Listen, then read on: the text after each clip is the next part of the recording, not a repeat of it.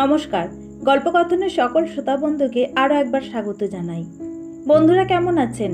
আশা করি ভালো আছেন, সুস্থ আছেন। আজ আমি আপনাদের পড়ে শোনাব মানিক বন্দ্যোপাধ্যায়ের লেখা ছোট গল্প পৌরের বউ। রসিকের পৌরত্বের সবচেয়ে বড় প্রমাণ এই মৃত্যু ভয়, মরণের অবিরাম গুঞ্জন। আমি আসিতেছি, আমি আসিতেছি। শুনিয়াও না শুনিবার সতেজ ঔদ্ধত্য ঝিমাইয়া পড়ায় এই বয়সে মানুষের প্রথম খেয়াল হয় দূর হইতে মরণ আশ্বাস দিয়া বলিতেছে, এখনো সময় হয় নাই, একটু অপেক্ষা করো। মরণের স্বাদ পাইতে পাইতে বৃদ্ধ ভাবে দেরি আছে, এখনো দেরি আছে। জীবন বিষাদ হওয়ায় পৌর ভাবে, হায় দিন যে আমার ফুরাইয়া আসিল। তাই রসিক ভাবিত, দুদিনের জন্য কচি একটা মেয়েকে বউ করিয়া বাড়িতে আনা উচিত হইবে না। কেবল তাই নয়, ছেলে মানুষ বউ নিজে কত ছেলে মানুষই করিবে, আর তার কাছে কত ছেলে মানুষই আশা করিবে, ভাবিলেও রসিকের বড় অস্বস্তি বোধ হইত। আর কি তার সে বয়স আছে? প্রতিদান দেওয়া দূরে থাক, অল্প বয়সী বউয়ের অন্তহীন ন্যাকামি হাসি মুখে সহ্য করিয়া চলাও কি তার পক্ষে সম্ভব হইবে? যে চলিয়া গিয়াছে সে ছিল জননী ও গৃহিণী, আসিবে একটি চঞ্চলা বালিকা, তার সঙ্গে কি বনিবে রসিকের? প্রয়োজন ছিল না, ইচ্ছাও ছিল না, তবু একদিন রসিকের বিবাহ হইয়া গেল। একদিন অসময়ে তাকে অন্দরে ডাকিয়া সুলোচনা বলিল, এই মেয়েটিকে দেখো তো ঠাকুরপো, ওর নাম সুধারানী। রসিক থতমত খাইয়া বলিল, তাই নাকি? তা বেশ তো। কচি খুকি নয়, বেশ বড়সড় মেয়েটি, মুখখানা গম্ভীর, মেঝেতে জাঁকিয়া বসিবার ভঙ্গিতে কেমন একটু গিন্নি গিন্নি ভাব আছে। রসিক তো তা জানিত না সুলোচনাই সুধারানীকে চওড়া কালো পাড় শাড়িখানা পরাইয়াছে, কানের দুল খুলিয়া ফেলিয়া বালা আর অনন্ত পরাইয়াছে, চুলের জটিল বিন্যাস নষ্ট করিয়া মাঝখানে সিথি কাটিয়া পিছন দিকে টানিয়া বাঁধিয়া দিয়েছে, আর ধমক দিয়া বলিয়াছে, মুখ হাঁড়ি করে বসে থাকো বাছা, একটু যদি লজ্জা করবে আমার দেওরকে দেখে, একটু যদি চঞ্চল হবে। সুধারানীকে রসিকের তাই মন্দ লাগিল না। তারপর সুলোচনার কাছেই শোনা গেল, মেয়েটির নাকি বয়স হইয়াছে অনেক, গরিব বাপ নাকি বিবাহ দিতে পারে না, 20 পার হইয়া মেয়ে তাই হইয়া গিয়াছে বুড়ি। সময় মতো বিবাহ হলে একদিনে 3 ছেলের মা হতো ঠাকুরপো। বিবাহ করার জন্য এতদিন সকলের অনুরোধ উপরোধ যথারীতি চলিতেছিল, সুলোচনার ব্যবস্থাতেই বোধহয় এবার সেটা দাঁড়াইয়া গেল রীতিমতো আক্রমণে। রসিক হার মানিয়া বলিল, তবে তাই হোক। সুধারানীকে দেখার জন্য হার মানার ইচ্ছা তার কতটুকু জাগিয়াছিল বলা কঠিন। এমনই কপাল সুধারানীর, প্রথমবারের আলাপে প্রথম শব্দটিকেই সে রসিকের মন বিগড়াইয়া দিল। রসিকের মনে অনুতাপ, আত্মসমর্থন, দ্বিধা, সংকোচ, উৎসুকের আলোড়ন চলিতেছিল। কখনো জাগিতেছিল বিষাদ, কখনো প্রত্যাশার আনন্দ। নিজেকে নিয়ে সে বড় ব্যস্ত হইয়াছিল। একদিন রাত প্রায় 11টার সময় বাহিরের ঘরে কাজ করার নামে সে আকাশ পাতাল ভাবিতেছে। ধীরে ধীরে সুলোচনা ঘরে আসিয়া বলিল, ঠাকুরপো, একটিও নাকি কথা কওনি বউয়ের সঙ্গে? 1টা 2টো পর্যন্ত নাকি কাজ করো এখানে? ছি ঠাকুরপো, ছি, এমন করে কি কষ্ট দিতে আছে ছেলে মানুষের মনে? ঘরে লুকিয়ে চুপি চুপি আজ কাঁদছিল। ভালো উদ্দেশ্যেই সুলোচনা বানানো কথাটা বলিয়াছিল, কিন্তু ফলটা হইল বিপরীত। রসিক ভাবিল, ছেলে মানুষ কাঁদিতেছিল, কি সর্বনাশ! এতটুকু যার ধৈর্য নাই, তার কাছে তবে আর কি আশা করা চলিবে? তবু বিবাহ যখন করিয়াছে, মেয়েটির মনে কষ্ট না দেওয়াই কর্তব্য বিবেচনা করিয়া রসিক আজ প্রথম রাত 1টার আগে সুধারানীকে ঘুমে অচেতন হইয়া পড়িবার সুযোগ না দিয়াই ঘরে গেল। ভাবিল সুধারানীকে বুঝাইয়া দেবে এসব অবহেলা নয়, আদর যত্ন স্নেহ মমতার অভাব তার হইবে না। তবে রসিক বুড়া হইয়া পড়িয়াছে কিনা মানাইয়া চলিতে হইলে সুধারানীর একটু ধীর স্থির শান্ত না হইলে চলিবে কেন? খাটের এক প্রান্তে পা ঝুলাইয়া সুধারানী বসিয়াছিল। আস্তে আস্তে দুলাইতেছিল দুটি পা, হয়তো আনমনে, নয়তো অভ্যাসের বশে। একে তো তাকে দেখিলেই মনে হয় কার যেন সে প্রতীক্ষা করিতেছে, তার ওপর ঠিক তার বড় মেয়েটির মতো দুপাশে হাত রাখিয়া বসিয়া পা দুলাইতে দেখিয়া রসিক হতাশ হইয়া গেল। হয়তো সুলোচনা জানাইয়া দিয়া গিয়াছে এখনই স্বামী ঘরে আসিবে, কিন্তু এমন বেশে প্রেমিকের পথ চাওয়া, এমন অধীর প্রতীক্ষা কেন? হরিণীর মতো চঞ্চলা যে 10 বছরের মেয়ে, তার অনুকরণে পা দোলানো কেন? রসিককে দেখিয়া সুধারানী একটু জড়সড় হইয়া বসিল। সামান্য একটু বেশি লজ্জা করিতে সুলোচনা বারণ করিয়া দিয়াছে। রসিক গম্ভীর মুখে হাত দুই তফাতে বসিল, সভায় আসন গ্রহণ করার মতো আড়ম্বরের সঙ্গে। কি বলিয়া কথা আরম্ভ করা যায়? এত জ্ঞান বুদ্ধি অভিজ্ঞতা রসিকের, এত ধীর স্থির শান্ত তার প্রকৃতি, একটি তরুণীর সঙ্গে কথা আরম্ভ করিতে গিয়া বিন্দু বিন্দু ঘাম কি দেখা দিল রসিকের কপালে? হায় রে কপাল! 17 বছর আগে বিবাহের রাত্রেই প্রমীলার সঙ্গে কথা বলিতে গিয়া তার তো কথা খুঁজিতে হয় নাই। ঘর খালি হওয়া মাত্র চাপা গলায় মহাকাব্যের ছন্দে আদরের সুরে আপনা হইতেই যেন উচ্চারিত হইয়াছিল, কেমন লাগছে, এখন থেকে তুমি আমার হয়ে গেলে। অনিশ্চয়তায় বিপন্ন মানুষের মতো চিবুকে আঙুল ঘষিতে ঘষিতে শেষে রসিক বলিল, তোমায় কটা কথা বলবো সুধা। সুধা কিছুই বলিল না। আমার বয়স হয়েছে, তোমার হয়তো আমাকে ঠিক পছন্দ হয়নি। শুনিয়া চেষ্টা করা গম্ভীর মুখে কি দুষ্টু মিষ্টি ভরা হাসি যে দেখা দিল সুধারানীর। কানের দুলে আলোর ঝলক তুলিয়া মাথা নিচু করার পলকটির মধ্যে মানুষকে মর্মাহত করা কি তীক্ষ্ণ চকিত দৃষ্টিতেই একবার সে চাহিয়া নিল রসিকের চোখের দিকে। অস্ফুট স্বরে সে বলিল, ধ্যাৎ। রসিক নীরবে তার কাজের ঘরে চলিয়া গেল। যখন মনে হইল এতক্ষণ সুধার পক্ষে জাগিয়া থাকা অসম্ভব, তখনও ফিরিয়া গেল না, কাজের ঘরেই শুইয়া রহিল। প্রমীলার আমলেও এ ঘরে তার জন্য একটি বিছানা প্রস্তুত থাকিত, যদিও তখন এ বিছানায় সে ঘুমাইত কদাচিৎ। এ ঘরে রাত কাটানোর ব্যবস্থা অবশ্য স্থায়ী করা গেল না। লোকে বলিবে কি, কাজের নামে এখানে অনেক রাত পর্যন্ত কাটানো চলে, বিশেষ কাজের নামে মাঝে মাঝে 2-1টা রাত কাভার করাও চলে, কিন্তু ফাজিল একটা মেয়ে বউ হইয়া অন্দরে প্রমীলার শয়নঘরটি দখল করিয়াছে বলিয়াই সে ঘরটিকে তো জীবন হইতে একেবারে ছাঁটিয়া ফেলা যায় না। পৌর রসিকের পক্ষে ওরকম ছেলে মানুষই করা অসম্ভব।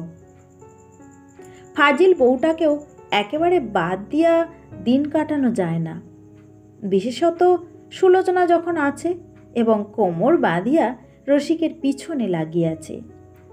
নানা ছুতায় সুলোচনা সুধারানীকে রসিকের কাছে পাঠায়, এমন অবস্থায় সৃষ্টি করে যে রসিকের দৈনন্দিন জীবনের অনেকগুলি খুঁটিনাটি প্রয়োজন সুধারানীকে ছাড়া মিটিবার কোনো উপায় থাকে না। তার ফলে সুধারানীর অস্তিত্ব রসিকের কাছে খানিকটা অভ্যস্ত হইয়া যায়। টুকরা টুকরা সান্নিধ্যে বাহিরের একটা সহজ সম্পর্ক তাদের মধ্যে গড়িয়া ওঠে। ছোট বড় অনেক উপলক্ষে প্রশ্ন আর জবাবের ধাঁচের আলাপ আলোচনাও চলে, কিন্তু আর কিছুই হয় না। মধ্যস্থের চেষ্টায় কবে কোন স্বামী স্ত্রীর মনের মিল ঘটিয়াছিল, চাঁদের আলো, ফুলের গন্ধ, ফাল্গুনের হাওয়া, রাত জাগা বাজে কথার কাব্য, এইসব চিরকালের মধ্যস্থ ছাড়া। সুলোচনা বলে, ব্যাপার কি বলো তো ঠাকুরপো, সুধাকে তোমার পছন্দ হয়নি? রসিক বলে, বুড়ো বয়সে আবার পছন্দ অপছন্দ। তবু ব্যাপারটা কি শুনি না, না হয় বললেই আমায়। সুধা বড় ফাজিল বৌঠান, ফাজিল মেয়ের সঙ্গে ইয়ার্কি দেবার বয়স কি আমার আছে? আজ বাদে কাল চোখ বুঝবো আমি। সুলোচনা এবার রাগ করিয়া বলে, ফাজিল? সুধা ফাজিল? একটা 7 ছেলের মা বুড়িকে এনে দিলে তুমি সুখী হতে না? 7 ছেলের মাও কিন্তু একটু আদ্রু ফাজলামি করে ঠাকুরপো, 8-10টা মানুষের মতো। তোমার মতো গণেশ ঠাকুর সবাই নয়। সুলোচনা রাগ দেখিয়া রসিকের মনের অশান্তি বাড়িয়া যায়। মাঝে মাঝে ইচ্ছা তো করে তার সুধারানীকে বউয়ের মতো আদর করিতে, কিন্তু অনেক দিন আগে প্রমীলার সঙ্গে যে ছেলে মানুষিক খেলার আবছা স্মৃতিটুকু শুধু মনে আছে। আজ সেই খেলার পুনরভিনয় আরম্ভ করার কথা ভাবিলেই তার যে ভয় হয়, বৃতৃষ্ণা জাগে। মনে হয় দূরে বসিয়া থাকিলে যার মুখখানি বিষণ্ণ হইয়া থাকে, গম্ভীরভাবে তাদের সম্পর্কের গভীর সমস্যার কথা তুলিলে যে দুষ্টামির হাসি হাসে, কাছে গিয়া বসিলেই যার লজ্জা সংকোচ ভীরুতার অসহ্য ন্যাকামি দেখা দেয়, অপটু একটু সেবা যত্নের চেয়ে সর্বাঙ্গের লাবণ্য, মুখের কথা আর চোখের চাহনি দিয়া যে দিবারাত্রি মন ভুলানোর চেষ্টা করে, তাকে আপন করিতে গেলে সং সাজিতে হইবে, অভিনয় করিতে হইবে হাস্যকর। অন্য কিছুতে সুধারানীর মন উঠিবে না, আর কোনো খেলা সে বুঝিবে না। প্রমীলার সঙ্গে যে খেলা তার চলিত শেষের দিকে, তার গাম্ভীর্য, গভীরতা আর মাধুর্যের খবর তো সুধারানী জানে না। সাংসারিক সমস্যার আলোচনা যে চটুল প্রেমের কাকলির চেয়ে প্রীতিকর হইতে পারে, বুঝাইয়া বলিতে গেলে সুধারানী মুচকি মুচকি হাসে। প্রমীলার প্রথম বয়সের সেই গা জ্বালানো হাসি, চুম্বন ছাড়া আর কিছু দিয়াই সে হাসি মুছিয়া নেওয়া যাইত না। সুলোচনা যতই চেষ্টা করুক, রসিক তাই মনের বিরাগ জয় করিয়া কোনো মতেই নতুন বউকে কাছে টানিতে পারে না, এবং এমনিভাবে দিন কাটিতে থাকে। সুধারানীর মুখের বিস্ময় ও বিষাদের ভাব ঢাকিয়া ক্রমে ক্রমে এক দুর্বোধ্য অন্ধকার ঘনাইয়া আসিতে থাকে। কাজের ঘরে প্রতিদিন রাত্রি 1টা পর্যন্ত জাগিয়া থাকিতে প্রথম প্রথম রসিকের কষ্ট হইত। মাঝে মাঝে বিছানায় শুইয়া কাজ করিতে গিয়া কখন ঘুমাইয়া পড়িত, খেয়ালও থাকিত না। তারপর কিভাবে তার সে স্বাভাবিক ঘুমের ঘোর কাটিয়া গিয়াছে, এখন আর ঘুম আসে না, ঘুমাইতে চাহিলেও নয়। জাগিয়া থাকার জন্য তাকে আর কোনো চেষ্টাই করিতে হয় না। একসময় মাঝরাত্রি পার হইয়া যায়, বাড়ি আর পাড়াটা ধীরে ধীরে নিঝুম হইয়া আসে। এই ঘরে শুধু জাগিয়া থাকে রসিক একা। মাথার মধ্যে মৃদু যন্ত্রণা বোধ হয়, দু চোখ জ্বালা করিতে থাকে, কিন্তু ঘুম আসে না।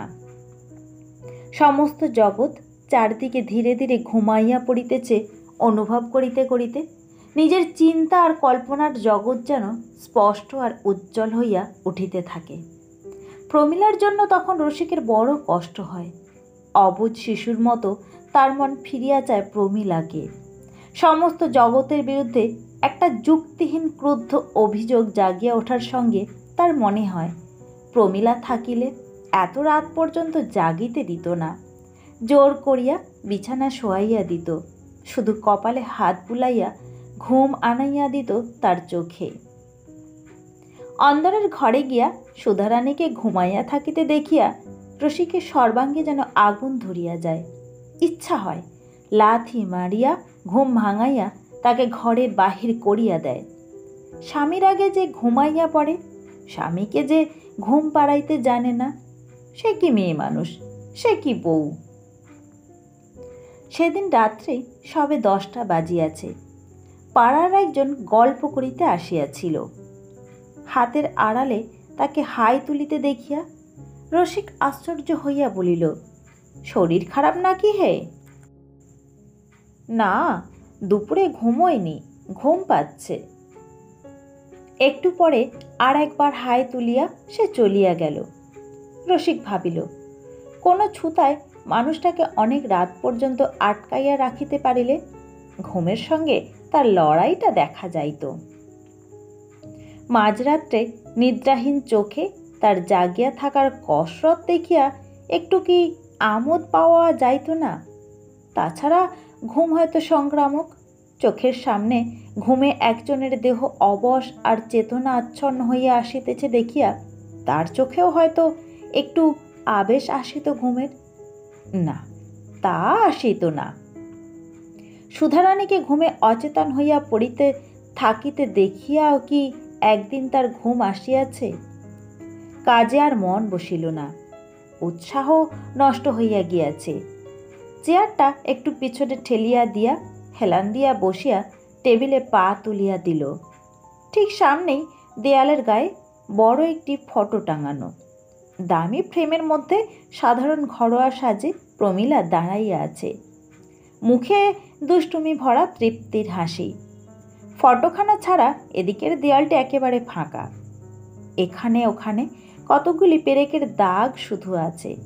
বোঝা যায় আরও 2-4খানা ফটো বা ছবি এ দেয়ালে টাঙানো ছিল, সরাইয়া ফেলা হইয়াছে।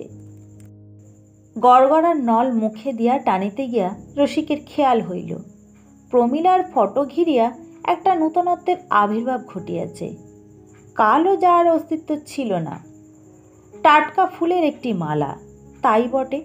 সন্ধ্যার পর ঘরে ঢুকিয়া মৃদু একটু ফুলের গন্ধ সে পাইয়াছিল।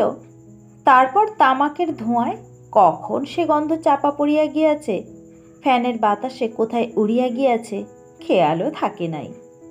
কিন্তু প্রমীলার ফটোতে হঠাৎ টাটকা ফুলের মালা জড়াইল কে? এ বুদ্ধি জাগিল কার? প্রথম কয়েক মাসে নিজেই বিকালে বেড়াইয়া ফিরিবার সময় মোড়ের দোকান হইতে মালা কিনিয়া আনিয়া ফটোতে পরাইয়া দিত। একদিন বাসি মালাটি খুলিয়া নতুন মালা পরাইয়া দিবার সময় হঠাৎ তার মনে হইয়াছিল, ফুলের মালা ঘোষ দিয়া স্মৃতির মর্যাদা বজায় রাখিতে চেষ্টা করার মতো ছেলে মানুষই আর হয় না। এ কথা কেন মনে হইয়াছিল কে জানে। সেদিন হইতে আর সে মালা কেনে নাই। এতদিন পরে আবার ফুলের মালা দিয়া প্রমীলার স্মৃতিকে পূজা করিল কে? অন্দরের দরজা একটু ফাঁক করিয়া বাড়ির চাকর নিখিল ঘরের মধ্যে একবার উঁকি দিয়া চলিয়া গেল। রোজ এই সময় এমনিভাবে সে একবার উঁকি দিয়ে যায়। 2-4 মিনিটের মধ্যে সুধারানী সন্তর্পণে ঘরে ঢুকিয়া টেবিলের কাছে আসিয়া দাঁড়ায়, মৃদুস্বরে অনুরোধ জানায়, খেতে চলো। আজও সে আসিল। রসিকের টেবিলে তোলা পায়ের কাছেই টেবিলে হাত রাখিয়া সহজভাবে মুখের দিকে চাহিবার চেষ্টায় চিবুক পর্যন্ত চোখ তুলিয়া বলিল, খেতে যাবে না? পা নামাইয়া রসিক সোজা হইয়া বসিল। রসিক জানে এসব সুলোচনার ব্যবস্থা। খাইতে বসিবার সময় হইলে সুলোচনার হুকুমে নিখিল আসিয়া দেখিয়া যায় ঘরে বাহিরের লোক কেউ আছে কি না। তারপর সুলোচনার হুকুমেই সুধারানী তাকে ডাকিতে আসে। অল্পদিন আগে তার যে বিবাহ হইয়াছে এ কথা ভুলিয়া গিয়া অনেক দিনের পুরানো বউয়ের মতো একটু গিন্নি গিন্নি ভাব দেখানোর করুণ চেষ্টার মধ্যেও রসিক সুলোচনার শিক্ষা ও পরামর্শ স্পষ্টই দেখিতে পায়। কোনোদিন সে আমোদ পায়, কোনোদিন মমতা বোধ করে। আজ কিন্তু মনটা বিগড়াইয়া গিয়াছিল। তুমি মালা দিয়েছ? প্রশ্নে নয়, গলার আওয়াজে সুধারানীর মুখ বিবর্ণ হইয়া গেল।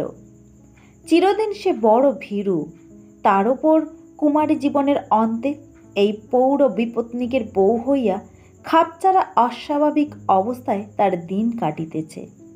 এসব ঢং শিখলে কোথায়? যেখানেই শিখে থাকো, আমি ওসব পছন্দ করি না, বুঝলে? নির্বাক সুধারানীর আঙুলে আঁচলের কোণটা জড়াইয়া যাইতে থাকে, আর রসিক নিজের ওপর বিরক্ত হইয়া ভাবে যে রাগ না করিয়াও এমন কড়া কথা সে বেচারিকে বলিল কেন?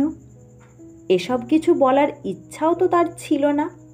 প্রমীলার ফটোতে মালা টালা সে যেন আর না দেয়, শুধু এই কথাটা সে সুধারানীকে বলিবে ভাবিয়াছিল।